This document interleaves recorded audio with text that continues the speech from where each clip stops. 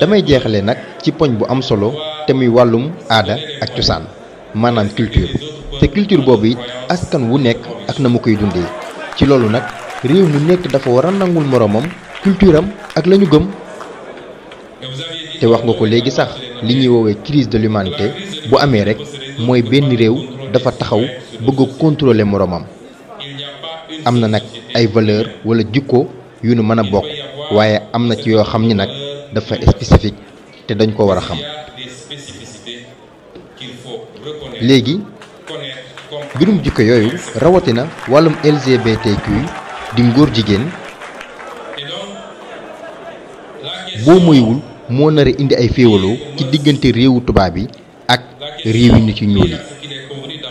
bu ñu continuer di ko waxtaanee nii.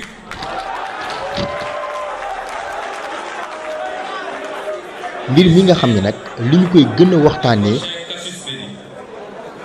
mbir mi nga xam ni nag bokk na ci li ñu gën a waxtaanee ci réewu tubaab yooyu te mu respecté ko loolu te ñu respecté ko loolu nag mooy question boobu di wax ci wàllum genre ak yu ni mel dafa am ay contradiction di wuute yu bari ci réew yi bu ñu sukkandikoo ci seen histoire seen aada seen valeur maanaam seeni civilisation dafay wuute lool bari na nag jafe-jafe yuy am ci diggante réew yi te politique warulu ko waaye li ko waral mooy yeneen réew yi ñoo bëgg a forcer seeni moroom ay mbir jikko wala valeur yoo xam ni dëppoowul ak lañu gëm wala li leen seen diine ak seen aada may réewum Sénégal nag ci côté yépp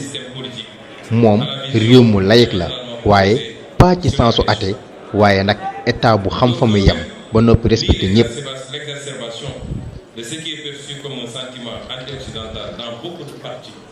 moo xam ci seen diine seen xeet wala race te loolu nag du nit du dara amul lenn lu mën a dindi loolu moo tax Sénégal rek mooy def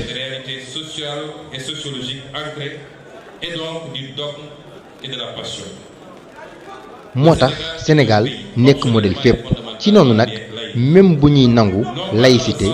du tee nag réew mu nekk adapté ko ak situation wala doxalinam Sénégal nag ma fàttali ko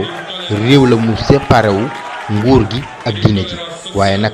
mottali konte gi ñuy amal mooy tax nguur gi nekk acteur bu am solo ci diine ji jàmm ji ak dialogue politique bi ak société bi loolu nag moo tax wàllum ngëm-ngëm am place bu rëy ci réew mi ak ci nguur gi moo xam muy jullit bi chrétien bi ak yeneen xeet yépp président Mélenchon modèle boobu ma la wax léegi mooy wane ni Sénégal dafa bëgg continuer di nekk réew mu am stabilité ak jàmm léegi nag li mënatul a nekk ma baamu ko mooy yeneen réew yi di ñu imposer seen mode de vie wàllum dund goo xam ni méngoowul ak suñu valeur loolu ñuy woowee nag mbirum genre daanaka programme yu bari ci gestion internationale yi da siy ñëw ak rapport bilatéraux yi léeg-léeg sax nag daanaka ab condition lañ koy def ngir mën a signer seen contrat yi bu leen foog ni suñu société yi xamuñu mbir yooyu xam nañ ko de dañu ko gérer ak seeni façon askan wu nekk nag am na façon bu muy dundee ak nu muy doxee te loolu nag lu ñu war a respecter la ci misaal France day tere polygamie ñaari jabar nangul nañ leen loolu ndax mooy seen mode de vie mooy France muy France ak Europe France nag moom ci boppam ak occidentaux yi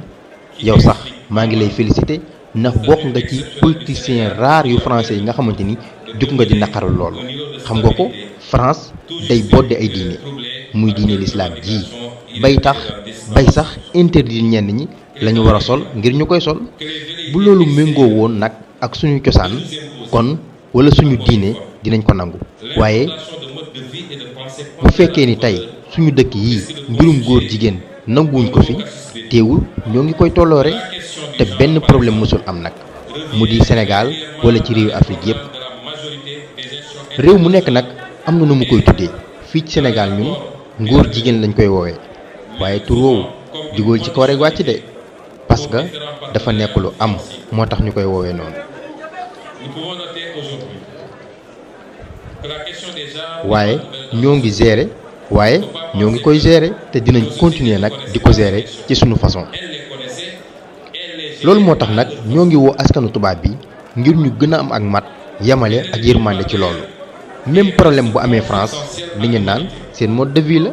léeg-léeg sax ngeen ni illuminé yi dañuy attaquer seen mode de vie ñun tamit lii suñu mode de vie la te nag